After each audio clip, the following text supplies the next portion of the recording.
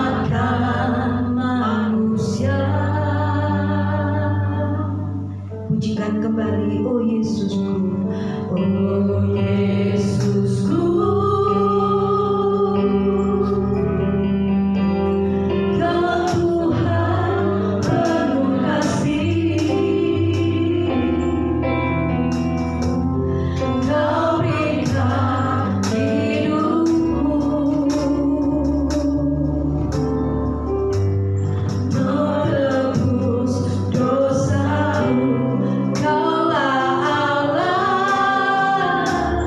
yang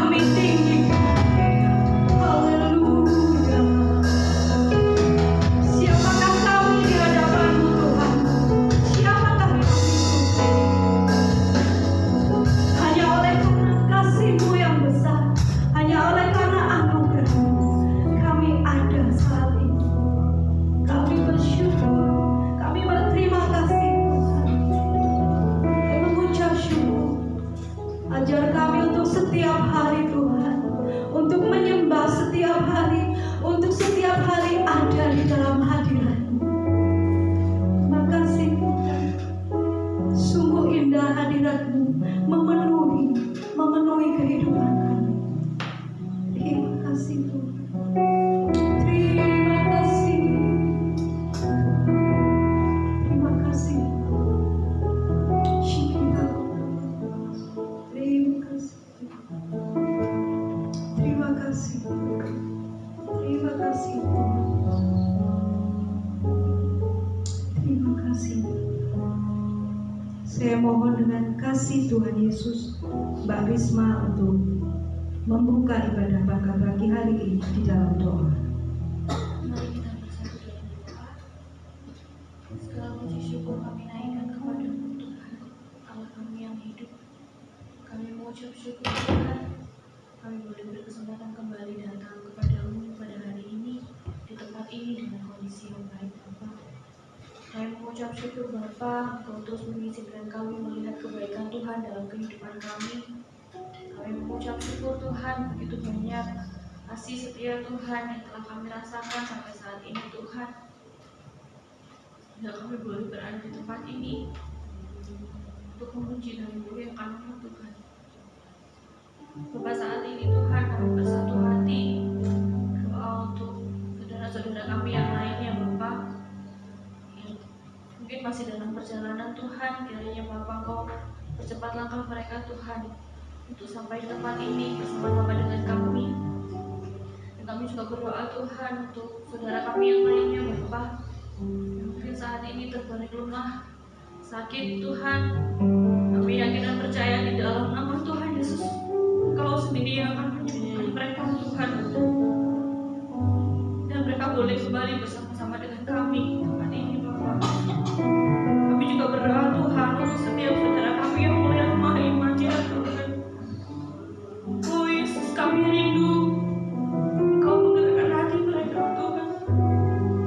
Engkau berikan kerinduan di dalam hati mereka Bapa, untuk kembali bersama-sama dengan kami di tempat ini untuk memuji dan memuliakan nama Tuhan.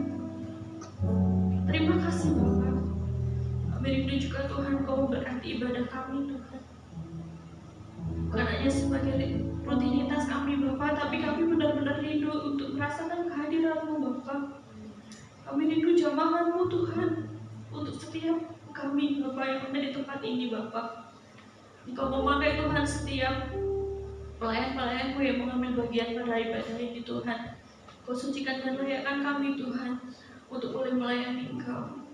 Kami juga berdoa Tuhan untuk hamba-Mu yang akan menyampaikan kebenaran firman Tuhan, dan yang Kau mengerjakan hamba-Mu Bapa, sehingga apa yang boleh kami dengar semuanya hanya berasal dari Engkau saja Bapa. Dan Engkau yang memampukan kami untuk melakukan firman-Mu di dalam kehidupan kami masing-masing Bapa. Terima kasih Bapa. Kami menyerahkan jam ibadah ini ke dalam tangan kuasa Tuhan. Biarlah Tuhan sendiri yang berajar di dalam hati kami. Biarlah semuanya hanya untuk kemuliaan nama-Mu saja. Terima kasih Bapa. Inilah doa ucapan syukur dan permohonan kami. Hanya di dalam nama Tuhan Yesus Kristus kami berdoa. Amin. Kita bangkit berdiri. Kita akan memuji-muji Tuhan pada pagi hari ini. Kau terbesar dan mulia, ajar semua perbuatanmu. Kau terbesar dan mulia, biarlah semua memujimu. Katakan kau terbesar.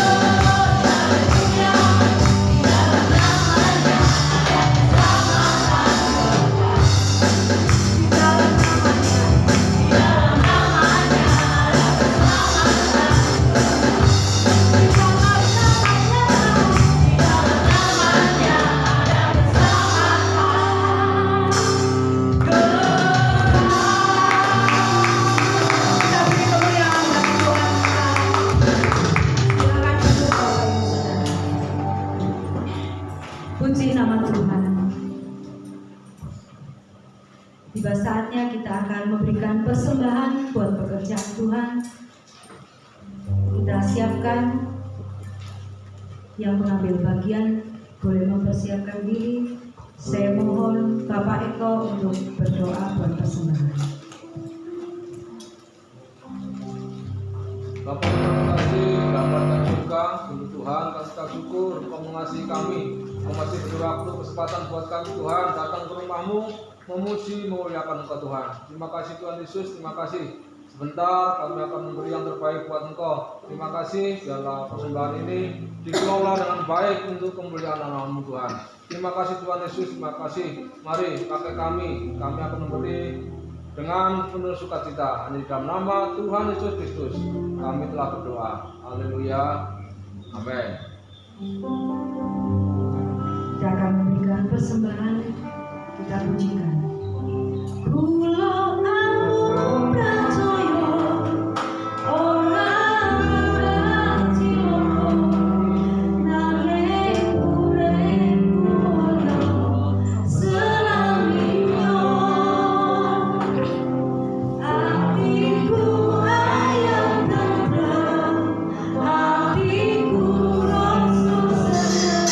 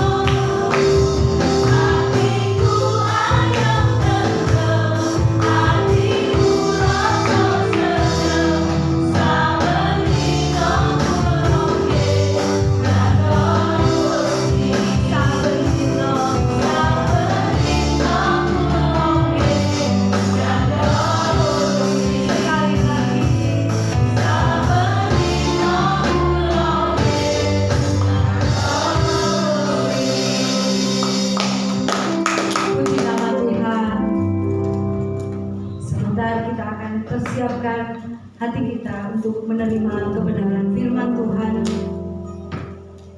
Biarlah firman Tuhan boleh mengubahkan kehidupan kita, boleh mengubahkan setiap tingkah laku kita, boleh mengubahkan setiap perkataan kita, setiap kehidupan kita. Biarlah firman-Nya mengubahkan hidup kita. Kita angkat pujian pulihkan aku Tuhan. Oh Tuhan Yesus, kerinduan hatiku, mutiara tak ternilai, harta milikku,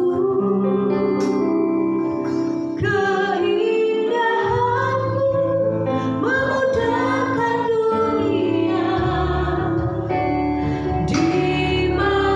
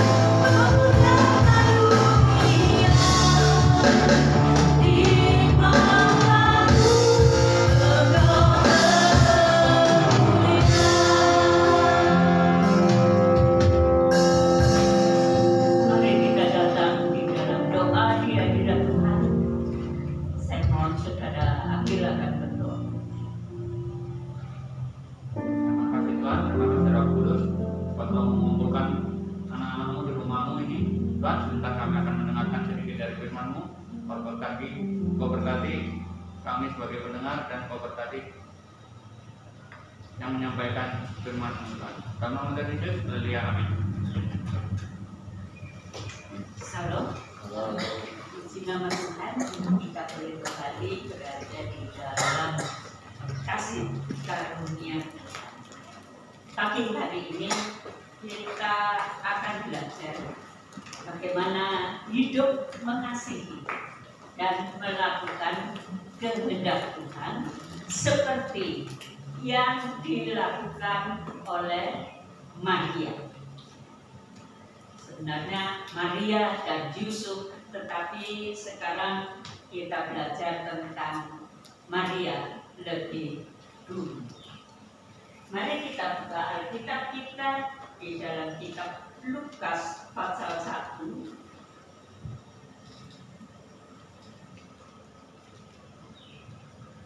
Lukas pasal 1 ayat yang ke-26 sampai dengan 38, tapi tolong dibaca ayat 26, 27 dan 38. Silakan membacakan saudara.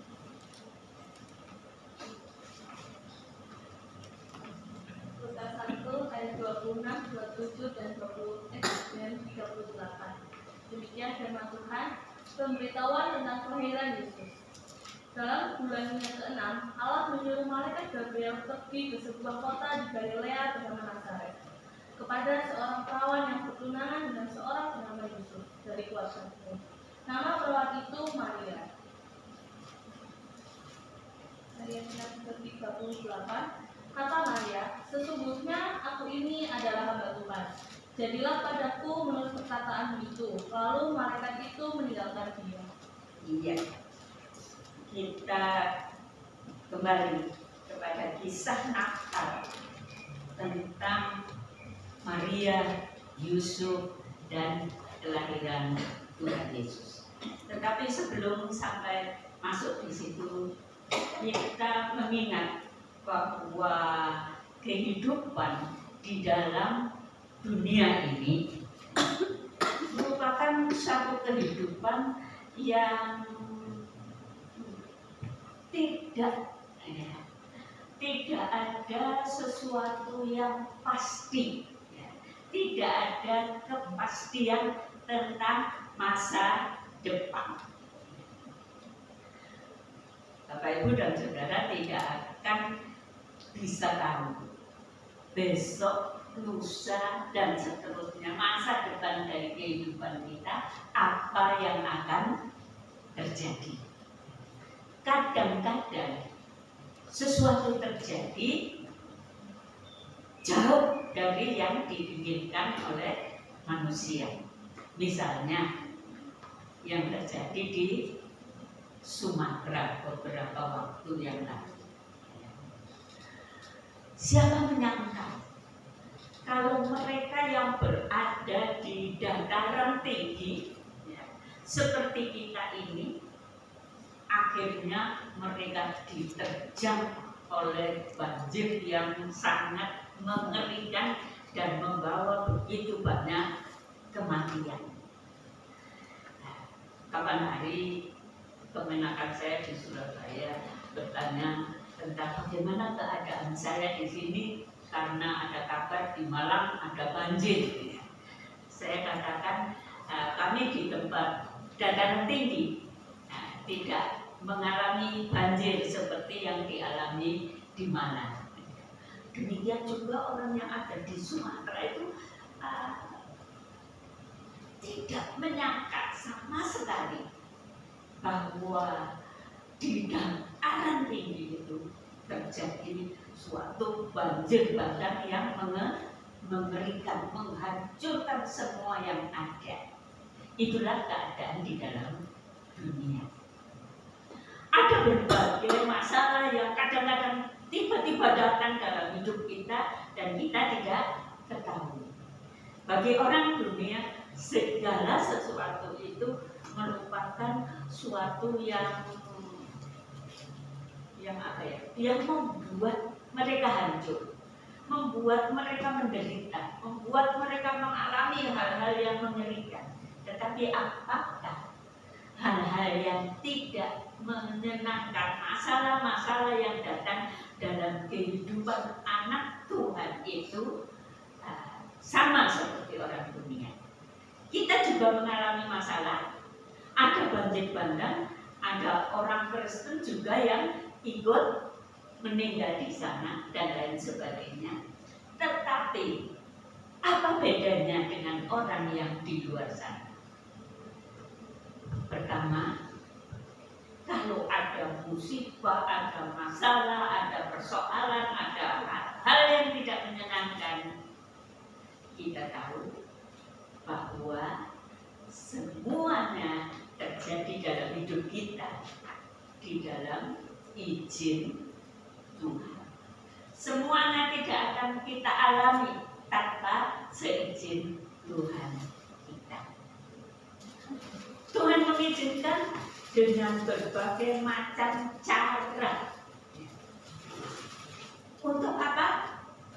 Untuk kita anak-anak yang dikasihinya. Ada anak Tuhan yang tidak sungguh-sungguh ikut Tuhan, hidup sesuka hatinya. Lalu Tuhan izinkan masalah datang menimpa hidupnya. Untuk apa? Untuk apa? Untuk menyadarkan supaya dia bertobat. Kadang-kadang ada masalah juga karena kesalahan kita sendiri. Kalau kita memasukkan diri dalam sesuatu yang tidak berkenan di hadapan Tuhan, kita mengalami masalah. Tapi apapun juga, Tuhan ingin setiap orang yang ada di dalam rumah Tuhan, bagian dari rumah Tuhan itu adalah orang-orang yang sungguh-sungguh bertobat. Sungguh-sungguh bertobat dari segala dosa. Yang kedua, mungkin di dalam kehidupan masing-masing berbeda ya satu dengan yang lain. Jangan mengatakan kalau salah satu saudara kita itu mengalami masalah, karena dia belum bertobat. Belum tentu saudara. Ada macam-macam hal. Hal yang paling utama bagi anak Tuhan yang mengasihi Tuhan, masalah terjadi, sesuatu yang tidak mudah terjadi, dengan satu tujuan, untuk membawa kita dari kemuliaan ke kemuliaan, untuk mendidik kita, untuk membawa kita menjadi orang yang dipakai olehnya. Itulah yang dialami oleh Maria. Mari kita perhatikan pertama kali. Maria adalah orang yang sungguh-sungguh mengikut. Dia sungguh-sungguh mengikut Allah. Sehingga pada satu hari malaikat Tuhan datang kepada Maria dan membawa kabar. Sebenarnya bukan kabar sukacita ya, secara pribadi Maria. Membawa kabar bahwa kamu akan mengandung dan melahirkan Mesias atau Juru Selamat. Tadi dikatakan bahwa dalam bulan yang ke-6 dari Elizabeth yang mengandung Yohanes Pembaptis, malaikat Gabriel datang kepada Maria. Maria adalah keponakan dari ibu Elizabeth. Tapi Maria tinggal di Galilea. Ibu Elizabeth tinggal di daerah Yudea atau katakanlah di Yerusalem. Karena Bapak Zakaria adalah imam di bait Allah. Ya, jadi mereka harus tinggal di kota Yerusalem itu di sekitar bait Allah. Nah, malaikat itu datang kepada Maria mengatakan bahwa kamu orang yang diberkati Tuhan. Tapi selanjutnya dikatakan kamu akan mengandung dan melahirkan, katakan, sang juru selamat. Kira-kira itu sukacita nggak buat Maria? Sukacita tidak? Sukacita. Maria kaget, sudah. Maria kaget. Dan dia berkata kepada malaikat, bagaimana bisa jadi saya seorang perawan, ya, lalu bisa mengandung tanpa ada hubungan secara seksual dengan seorang laki-laki atau dengan seorang suami. Dan di dalam pikiran Maria juga ada sesuatu yang menakutkan. Kalau boleh hal itu tidak terjadi. Karena apa? Maria sudah punya tunangan Yusuf. Bagi orang Israel yang namanya tunangan itu ikatannya sudah sama seperti suami istri. Kalau calon suaminya, tunangannya itu tahu dia mengandung, maka biasanya orang Israel akan menyampaikan itu, sang pria akan menyampaikan kepada masyarakat bahwa tunangannya selingkuh, ya, sehingga mengandung. Dan apa yang dilakukan masyarakat juga? Masyarakat akan berkumpul bersama, lalu menghukum wanita itu, melemparnya dengan batu sampai mati. Dan pada saat itu keluarganya sangat dipermalukan. Maria kaget. Maria berkata, bagaimana mungkin? Tetapi malaikat itu mengatakan bahwa Roh Allah akan turun ke atasmu. Dan Roh Allah itulah yang membuat kamu mengandung. Dengan beberapa pembicaraan, akhirnya Maria berkata dalam ayat 38, kata Maria, sesungguhnya aku ini adalah hamba Tuhan. Jadilah padaku menurut perkataanmu itu. Lalu malaikat itu meninggalkan dia. Dia mengatakan, walaupun dia tahu dia akan mengalami yang mengerikan, tapi dia mengatakan, aku ini adalah hamba Tuhan. Aku mau menurut perkataan Tuhan. Jadilah seperti yang Tuhan kehendaki. Itulah langkah pertama dari Maria yang mengasihi Yesus. Ia tidak takut menghadapi sesuatu yang mengerikan karena ia merasa dirinya hamba Tuhan yang melakukan firman Tuhan. Yang sungguh indah. Kalau semua kita di sini adalah orang-orang yang bisa berkata, apapun yang terjadi dalam hidupku, aku adalah hamba Tuhan, aku akan melakukan firman Tuhan dalam hidupku. Perkataanku, perbuatanku tiap hari harus melakukan firman Tuhan. Amin. Ya. Itulah mengapa Maria dipakai oleh Tuhan. Mengapa Maria yang di seluruh dunia sampai saat ini dapat dikatakan disanjung sebagai orang yang mulia di dalam pandangan kita manusia dan juga mulia di pandangan Allah. Amin. Kita lihat yang kedua yang dilakukan oleh Maria. Pertama, memperhambakan diri, melakukan kemajuan. Kedua, bersandar pada kekuatan Allah. Mari kita baca peristiwa yang kedua, Lukas 2 ayat 1 sampai 5. Tolong dibaca.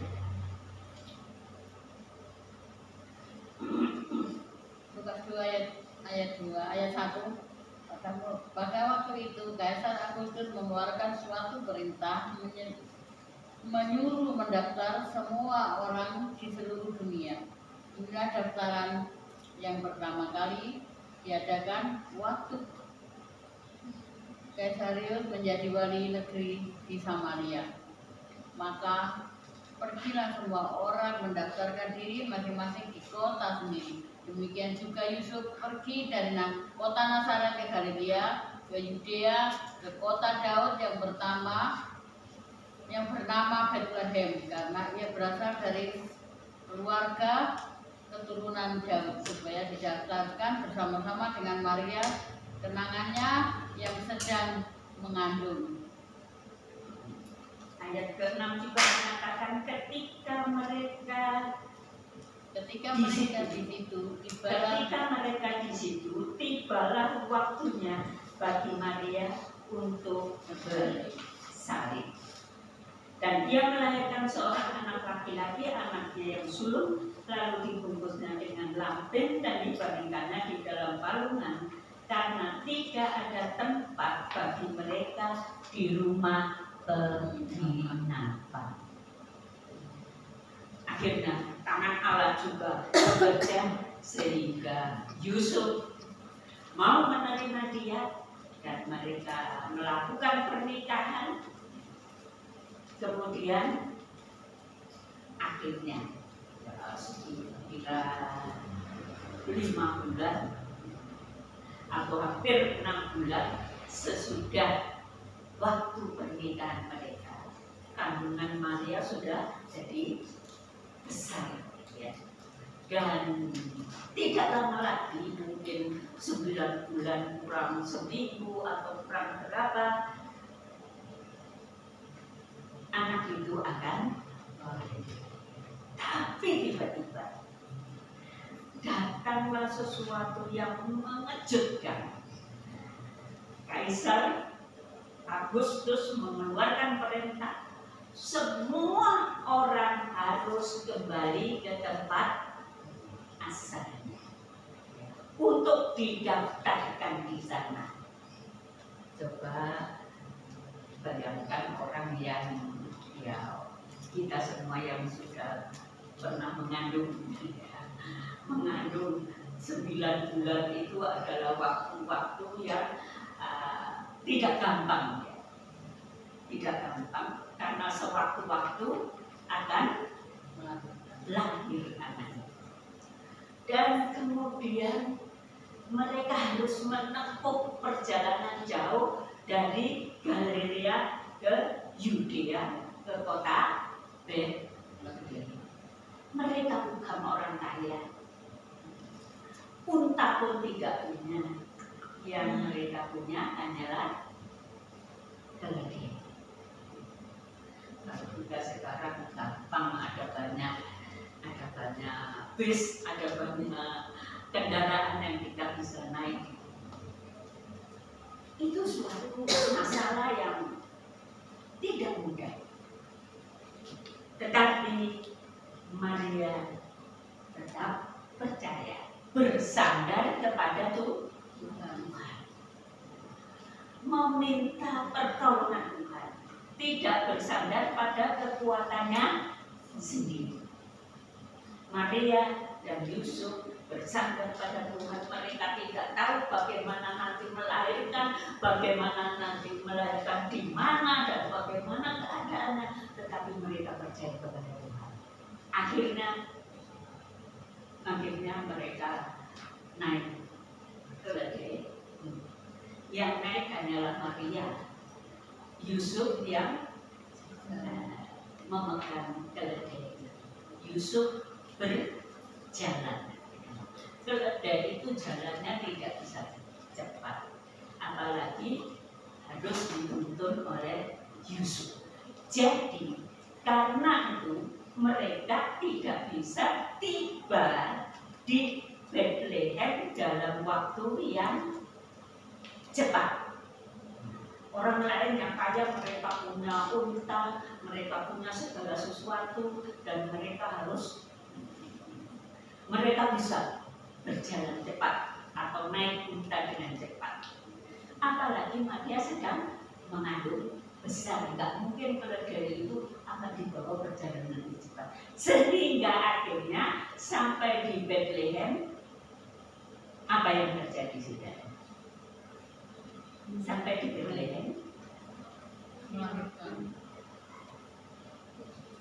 tempat penginapan semua sudah penuh. Tempat penginapan semua sudah penuh. Pada Maria sudah merasa bayinya akan lahir, tetapi mereka berharap kepada Tuhan. Lalu ada satu tempat penginapan di sana, dia kandangnya kosong. Kandang itu bagi orang Yahudi pada masa itu adalah seperti yang ada di sebelah kita. Apa saudara? Garasi. Di sana untanya orang-orang yang menginap di situ ditaruh di situ, kuda ditaruh di situ, dan lain sebagainya. Karena penginapan itu punya kandang yang kosong, ada garasi yang kosong, maka orang yang punya penginapan itu juga kasihan sekali melihat kandungan Maria yang sudah begitu. Lalu akhirnya kandang itu dibersihkan. Kandang itu dibersihkan dan Maria Yusuf tinggal di sini. Tetapi apa yang terjadi malam itu? Apa yang terjadi malam itu? Tuhan Yesus lahir. Kenapa ia lahir di kandang? Kenapa ia lahir di kandang? Karena tidak ada tempat dalam rumah penginapan. Jadi secara akal sehat seperti ini. Jangan ada yang sampai salah mengerti seperti pandangan yang lain dikatakan Tuhan Yesus lahir di bawah pohon kurma. Tidak ada seperti itu. Kalau Alkitab mengatakan sesuatu itu adalah sesuatu yang benar-benar terjadi sesuai dengan akal sehat. Begitulah akhirnya. Walaupun mengalami keadaan yang mengerikan, tapi mereka berharap pada Tuhan dan Tuhan menolong. Malam itu lahirlah Sang Juru Selamat. Di mana saudara? Di mana? Tuhan Yesus lahir di mana? Di Yerusalem apa di Bethlehem? Di Bethlehem. Bethlehem itu sebuah kampung di daerah Yerusalem. Kalau kita lahir, ya mungkin lahir atau yang muda-muda ini lahir di kampung ini, ada yang lahir di kampung ini, ada yang lahir di kampung tempat-tempat lain, tetapi semuanya berada di daerah Kecamatan Tumpang atau Kawedanan Tumpang. Demikian juga Tuhan Yesus lahir di kampung Bethlehem, di kota Yerusalem. Kenapa? Karena mereka keturunan Raja Daud. mereka keturunan Raja Daud yang telah dijanjikan oleh Allah, mereka melahirkan Sang Juru Selamat. Kita melihat di dalam segala keadaan, kalau kita berharap kepada Tuhan, mempercayakan diri kepada Tuhan, Tuhan pasti akan menolong. Akan terjadi sesuai dengan yang Tuhan kehendaki. Mari kita lihat yang selanjutnya.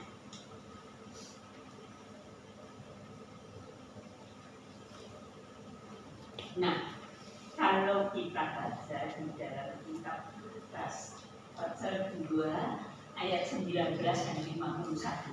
Tolong kita baca.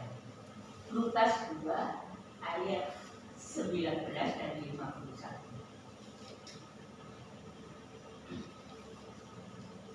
Mari.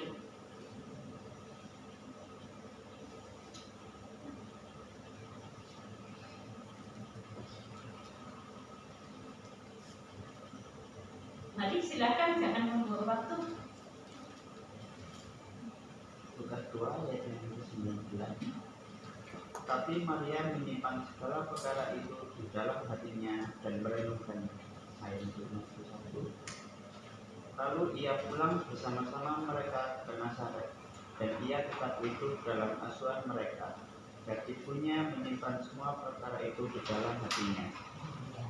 Maria menyimpan apa, saudara? Firman Tuhan di dalam hatinya. Kadang-kadang orang dengar firman Tuhan, belajar firman Tuhan, dengar, tahu, diajar bahwa kita itu harus seperti ini, seperti itu, tapi firman Tuhan itu seperti angin saja. Kalau dulu suka marah dengan firman Tuhan, selanjutnya tetap suka marah. Kalau dulu suka bohong, sudah dengar firman Tuhan, tetap suka bohong. Itu bukan menyimpan firman Tuhan di dalam hati. Maria menyimpan firman Tuhan di dalam hati dan merenungkannya.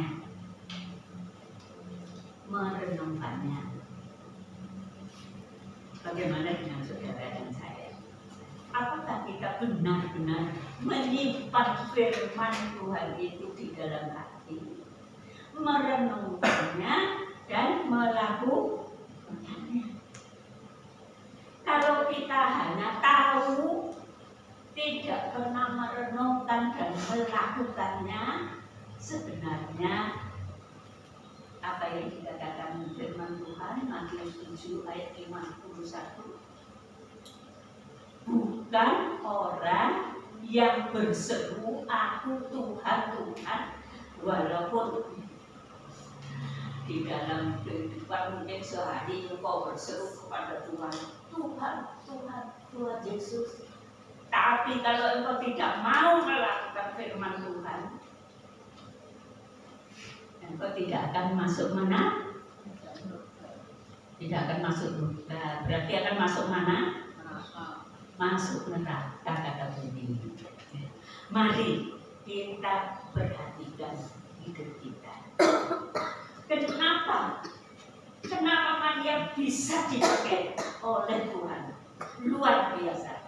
Karena dia suka menyimpan firman Tuhan di dalam hatinya, merenungkannya, dan dengan pertolongan Tuhan melakukannya. Amin. Amin. Kita tidak akan bisa dipakai Tuhan kalau kita tidak mau melakukan firman Tuhan. Begitulah yang dimiliki oleh Maria. Tapi apakah hanya sampai di situ? Pengalaman pahit dalam hidupnya, masalah-masalah dalam hidupnya, gak cukup, saudara. Gak cukup. Tidak hanya sampai di situ. Apa yang terjadi berikutnya?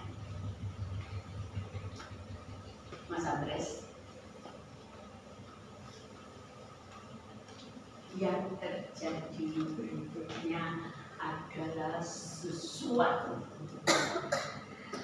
yang menusuk kehidupan Maria begitu sedih, sangat menusuk hatinya. Kenapa? Dia yang Maria kenal sebagai Allah yang menjelma menjadi manusia. Dia yang penuh kasih, dia yang berkuasa, dia yang melakukan mujizat-mujizat, tapi akhirnya anak saudara jasmaninya yang sangat dikasihi dan dihormatinya pada satu saat harus dizalimi. Dikatakan dalam firman Tuhan, itu akan menjadi sesuatu yang menusuk hati kehidupan Maria. Kalau saudara saja misalkan salah satu anak saudara dihukum mati, gimana rasanya? Bagaimana rasanya? Sesuatu yang sangat menyakitkan. Tetapi Maria mengalami kemenangan dalam hidupnya. Pedang yang menusuk hati Maria membawa kemuliaan Tuhan nyata. Apapun masalah persoalan dalam hidup saudara, ada sesuatu yang sangat menusuk hatimu, membuat engkau merasa kesulitan yang besar, membuat engkau sakit, hati ini begitu sakit.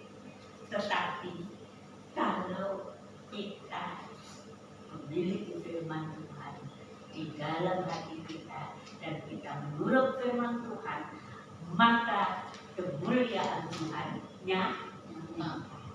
Apa yang terjadi sesudah itu? 3 hari kemudian kemenangan surgawi turun di tempat itu, di mana Yesus yang sudah mati disalibkan bangkit dari antara orang mati. Bapak Ibu Saudara, kalau seseorang bersungguh-sungguh dan tetap bergantung kepada Tuhan, tetap melakukan kehendak Tuhan dalam hidupnya, maka apapun yang terjadi yang sangat mengerikan pun, Tuhan akan memberi kemenangan. Tuhan akan memberi kemenangan di dalam hidup. Amin. Siapa pernah mengalami persoalan masalah berat gitu? Siapa? Saya percaya setiap kita yang mengasihi Tuhan, kita pernah mengalami perkara yang berat. Tetapi tangan Allah tak pernah meninggalkan kita. Buktinya, saudara dan saya masih ada di tempat ini. Kita memuji dan menyembah Tuhan. Tetapi marilah kita belajar untuk lebih lagi percaya kepada Tuhan di dalam segala situasi.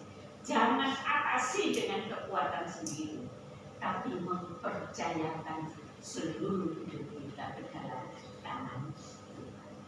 Lah kalau saudara mengalami sesuatu yang menyakitkan karena kesalahan saudara sendiri, bagaimana? Apakah Tuhan akan menolong? Apakah Tuhan akan menolong? Tuhan akan menolong kalau engkau bertobat. Kalau engkau minta ampun kepada Tuhan, Tuhan ampuni dan Tuhan tolong. Dia itu penuh dengan kasih luar biasa. Tuhan pasti menolong, memberi kemenangan asal kita sesuai dengan firman Tuhan.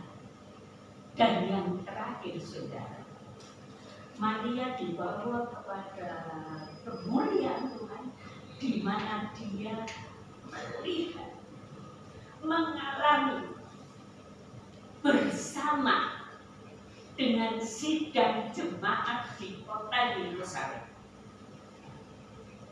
Mengalami apa? Hari Pentakosta, hari di mana gereja Tuhan berdiri, hari di mana ada 3.000 orang bertobat sekaligus dalam satu hari. Kalau saudara baca di dalam kitab Kisah Para Rasul 1, saudara akan membaca di sana bahwa Tuhan menyuruh mereka menunggu di kota Yerusalem sampai Roh Kudus dicurahkan, dan di sana di dalam ayat 12 sampai 14 murid-murid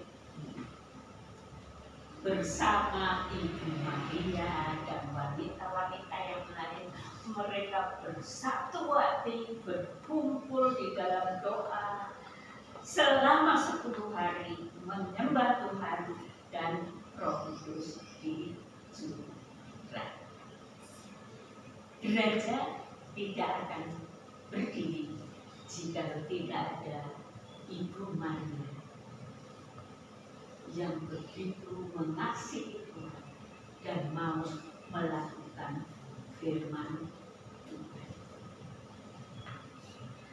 Ibu Maria bukan hanya seorang yang dipakai Allah untuk membesarkan sang juru selamat, tetapi ia juga bersama sidang jemaat, atau katakan sidang jemaat bersama murid-murid Tuhan yang lain 120 orang bergumul menunggu pencurahan Roh Kudus, dan terjadilah pencurahan Roh Kudus.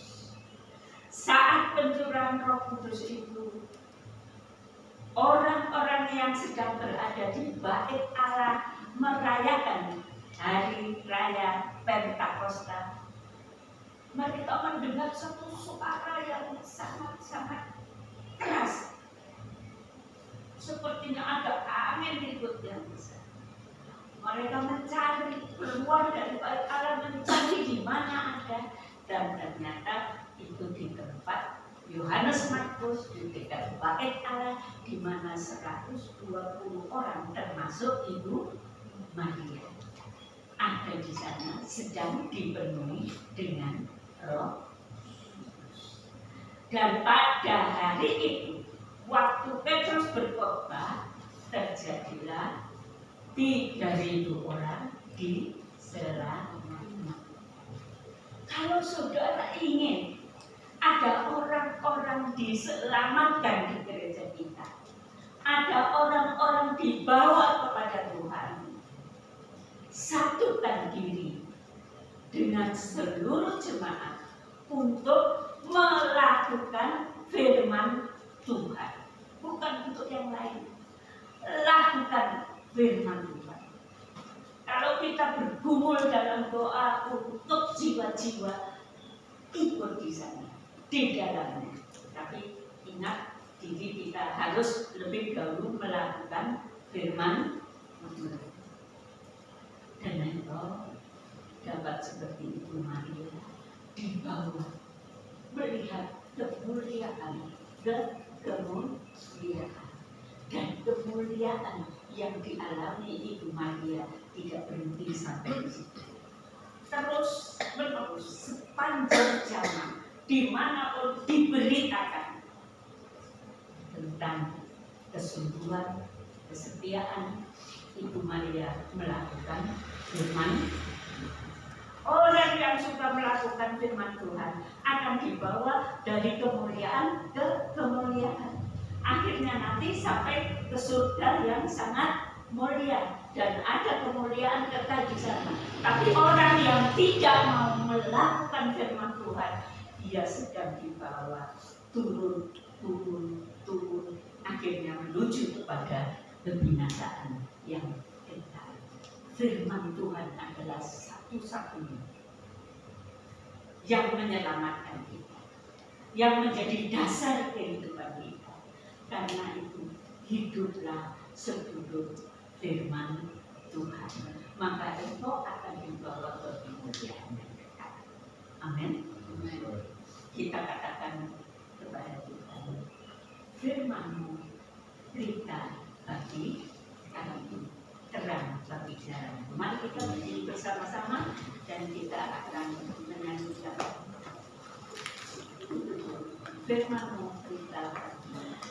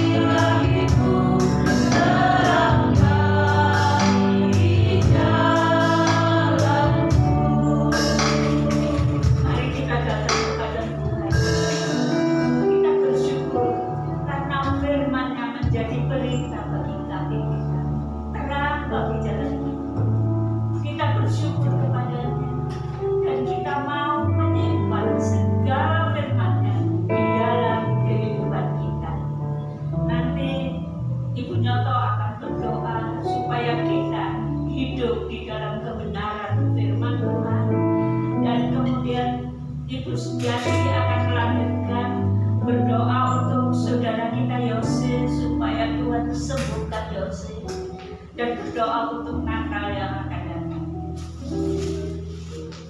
Mari Ibu Nyoto akan berdoa. Firman-Mu berita bagiku dan terang bagi jalanku. Itulah Tuhan komitmen di dalam hidup kami. Kami percaya firman-Mu Tuhan akan tersimpan di dalam hati kami masing-masing dengan pertolongan Roh Kudus untuk kami boleh bisa melakukan di dalam kehidupan kami hari lepas hari. Terima kasih Bapa di dalam surga. Sungguh kami mengucap syukur Tuhan pada siang hari ini Kau telah sampaikan firman-Mu melalui hamba-Mu. Kiranya memberkati hamba-Mu yang telah menyampaikan firman-Nya, pakai kehidupannya lebih demi kemuliaan nama Tuhan. Dan kami jemaat-Mu di tempat ini Tuhan, kami mau berserah penuh kepadamu. Kami mau dididik, kami mau diproses Tuhan, karena kami dimampukan oleh Roh Kudus itu ya Bapa. Terima kasih Tuhan Yesus. Kami percaya apabila kami menyerahkan hidup kami sepenuhnya ke dalam tangan-Mu, dan kami boleh seturut dengan firman-Mu Tuhan. Oleh karena Roh Kudus-Mu ada berkarya di dalam hidup kami, memberkati kami semua ya Tuhan. Terima kasih Bapa di dalam surga. Biarlah pada siang hari ini kami percaya berkat-Mu mengalir melimpah di dalam kehidupan kami hari lepas hari. Dan kami percaya tidak ada yang terlewatkan. Kami yang hadir saat ini telah menerima berkat-Mu Bapa. Terima kasih Roh Kudus, terima kasih Tuhan Yesus. Kami percaya bahwa Engkau akan memakai kami semua menjadi berkat, menjadi alat bagi kemuliaan nama Tuhan. Demi nama Bapa, Putra dan Roh Kudus kami sudah berdoa. Haleluya. Amin. Terpujilah Engkau Allah yang Maha Tinggi. Kami mengucap syukur untuk saat ini Bapa. Oleh kemurahan kasih-Mu kami ada, kami boleh memuji dan permuliakan Engkau.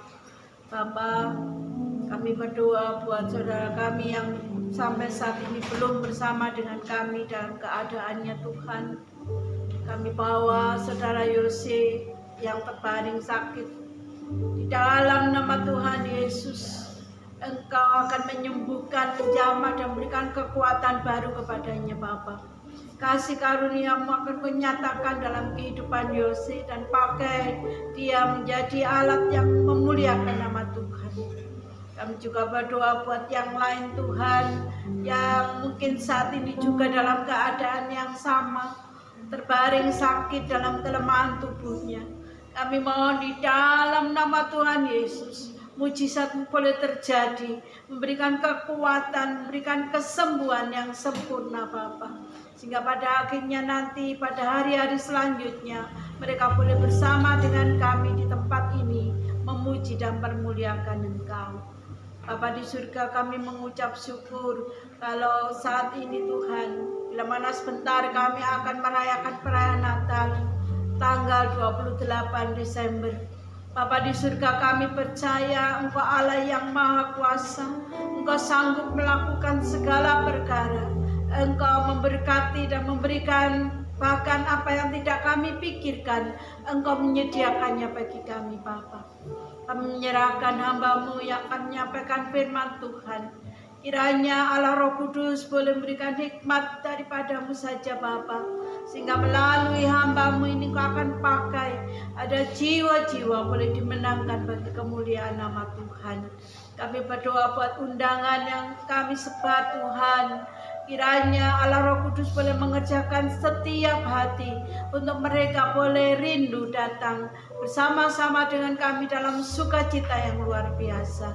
Kami percaya Bapa bahwa karya Roh Kudus-Mu Kau nyatakan bagi gereja kami, sehingga gereja kami boleh bertumbuh berkembang karena kuasa Tuhan yang bekerja di tengah-tengah kami. Kami mengucap syukur Tuhan, berikan cuaca yang cerah, berikan cuaca yang terang, sehingga apa yang kami lakukan boleh berjalan dengan baik dan lancar. Kami mengucap syukur Tuhan buat dana Natal. Tuhan, kami percaya bahwa berkat-Mu berlimpah bagi sidang jemaat-Mu di tempat ini. Engkau memberkati masing-masing keluarga, hati-hati yang ada Tuhan. Kami percaya boleh memberikan yang terbaik bagi kemuliaan nama Tuhan. Kami berdoa kiranya Tuhan juga menolong di dalam keamanan Tuhan. Kerinduan kami, biar Engkau menutup bungkus kami semua dengan kuasa Roh Kudus-Mu, sehingga kuasa-kuasa dari luar, kuasa-kuasa kegelapan yang mencoba menghancurkan acara kami usir dan kami tengking di dalam nama Tuhan Yesus.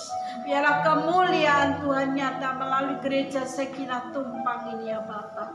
Kami mengucap syukur Tuhan buat setiap anak-anak-Mu yang mengambil bagian dalam ibadah Natal, perayaan Natal. Kami percaya dari sekolah minggu, kaum muda remaja, orang-orang dewasa yang terlibat di dalamnya, Engkau memberikan kekuatan, kesehatan kepada kami semua ya Tuhan, sehingga kami boleh bersatu hati, kami boleh bekerja sama, saling menghormati, saling menghargai semuanya yang kami lakukan untuk kemuliaan nama Tuhan. Terima kasih buat latihan-latihan yang ada Tuhan. Engkau menolong kami agar di setiap latihan kami boleh berlatih dengan sungguh-sungguh untuk mempersembahkan yang terbaik bagi kemuliaan nama Tuhan. Terima kasih Bapa di surga, terima kasih kami percaya saat ini Roh-Mu tengah bekerja di tengah-tengah kami ya Tuhan, memberkati gereja kami. Dan melalui gereja yang kecil ini ada jiwa-jiwa boleh dibawa mengenal akan kasih setia Tuhan. Terima kasih Bapa, kami menyerahkan segala hormat kemuliaan hanya bagi-Mu. Juga kami berdoa Tuhan untuk listrik, air, dan segala alat-alat yang kami pakai dalam perayaan. Tuhan memberkati sehingga tidak ada kendala apapun yang mencoba untuk mengacaukan acara kami. Biarlah Tuhan sendiri menolong kami untuk kami boleh melakukannya dengan lancar Bapa. Terima kasih Bapa di surga, terima kasih. Kami berserah di dalam nama Tuhan Yesus. Kami berdoa dan mengucap syukur. Haleluya. Amin. Mari angkat tangan Bapak Ibu Saudara semuanya. Bapak Ibu Saudara yang saya kasihi, marilah kita pulang dengan segala berkat surga yang Bapa Surgawi sudah sediakan bagi kita. Marilah kita pulang dengan kasih karunia anugerah dari Tuhan kita Yesus Kristus. Dan marilah kita pulang bersama dengan Allah Roh Kudus yang menyertai kita, yang menguatkan, memimpin, bahkan mengurapi kita untuk menjadi berkat bagi banyak orang. Biarlah kita pulang bersama dengan Allah Roh Kudus dari saat ini sampai Maranatha, Tuhan datang yang kedua kali. Di dalam nama Tuhan